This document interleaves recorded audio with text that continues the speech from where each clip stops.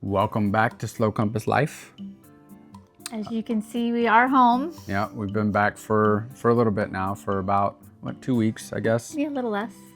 We've had some time to reflect on the trip, and instead of talking about, all the cities we went to, which we'll talk about a little bit, we kind of wanted to talk about what the experience was for us, what slow travel was actually like. Yeah, the experiences and the lessons that we've learned, and hopefully we can take to our upcoming trips in the future. Yeah, and hopefully this will help some of you guys out. So let's get into it. All right, lesson 1.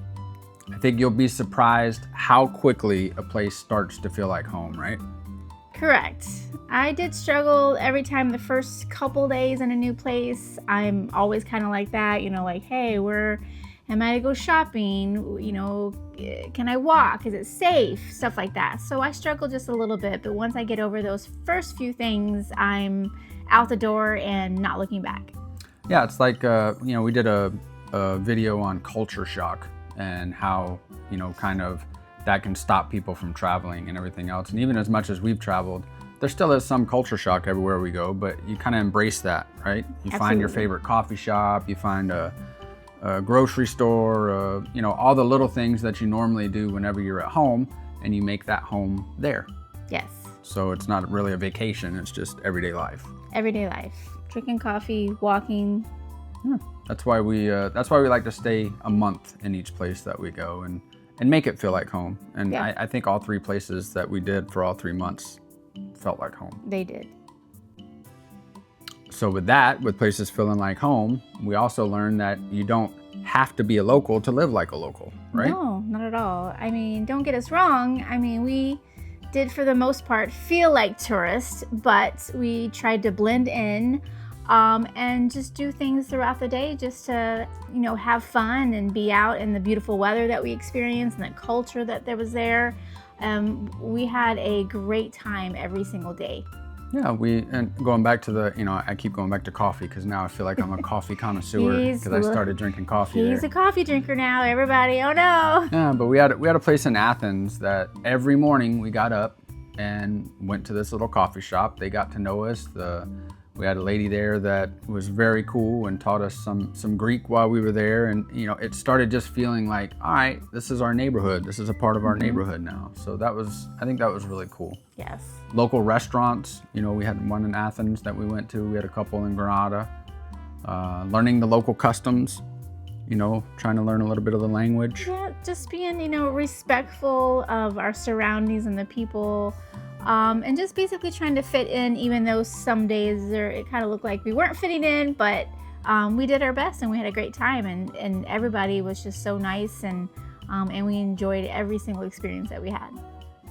Lesson 3, I guess if we're going to stick with numbers, we'll go with lesson 3 here, but we learned to lean into the uncomfortable stuff. Step out of your comfort zone, and I struggle with that. Just sometimes even going into a store, whether it be a small grocery store or a pharmacy, or I'm going to pick up food for the evening or something like that. I kept saying, I'm like, I don't want to embarrass myself because I know I'm not saying the the language quite right, the hellos and the goodbyes and the thank yous. So I know that they are knowing I am not local. But I stepped out of my comfort zone, went in, and tried to be as nice and pleasant as possible.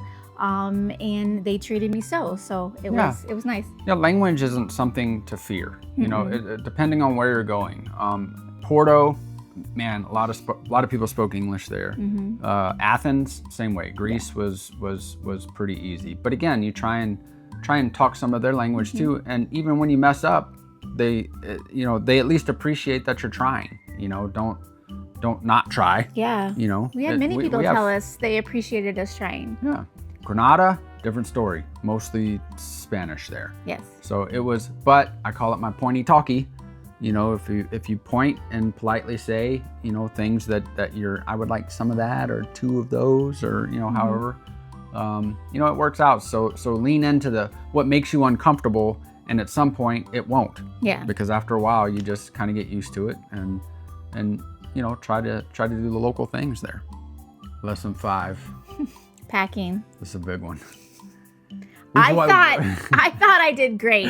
It's already starting. Video. It's already starting. You saw my packing video. I was proud of myself, and I thought I was doing great, and then it all came tumbling down. Yeah, I think you're never gonna be perfect. No. You're never gonna. I mean, well, I don't think we're gonna be perfect. I think there's plenty of people out there that have figured it out and figured out how to do it in a backpack or a carry-on. That's just not us. For us, I just don't think we can do it. Like, we got too many comfort things that we want and everything else. But I think we do have some learning to do. I will say that I have some learning to do. Let's just throw it out there. I have some learning to do. When we were leaving Athens the night before, she was curled up in a fetal position, screaming, I can't get everything to fit. And what's crazy, because I know we were coming back to the States, and in my mind, oh my gosh, if I was struggling then and we were supposed to be staying, if we did stay longer, I was screwed. Yeah, we were supposed to be going to Istanbul, so we should be in Istanbul right now, but we're not. But yeah, I think packing, again, we watched so many videos and tried to figure it out before we left, but you're just gonna have to find your own battle rhythm of how you need to pack and what you need to take. All right, lesson 6, I think we're on 6. Europe or travel in general has changed the way we think about money. Mm-hmm. And I don't think we want to get too crazy about budget or spending habits or anything else, but I think we have definitely learned and knew, was hoping before we left, that money was going to go a lot farther over there than it was here. And that was true. Granada was a little more expensive than we thought, but we were still able to stay within our budget. We get back to the States, and I mean, we already have, I'm not going to say culture shock because it is our culture, but we forgot how much stuff cost in the States. How expensive stuff are. I almost feel like for a whole week of food, and that was groceries and going out to eat for like a whole week or maybe even more, was less than one shopping visit we did to the local grocery store when we came home. Yeah. It was ridiculous. It was a little shocking whenever we got back. And then you throw in taxes on top of that. We got used to paying, if it was €5, it was €5. Yes. Lesson 7. Don't wait for the perfect time. Yes. To travel. Sometimes there may never be the actual perfect time, but you never know until you try.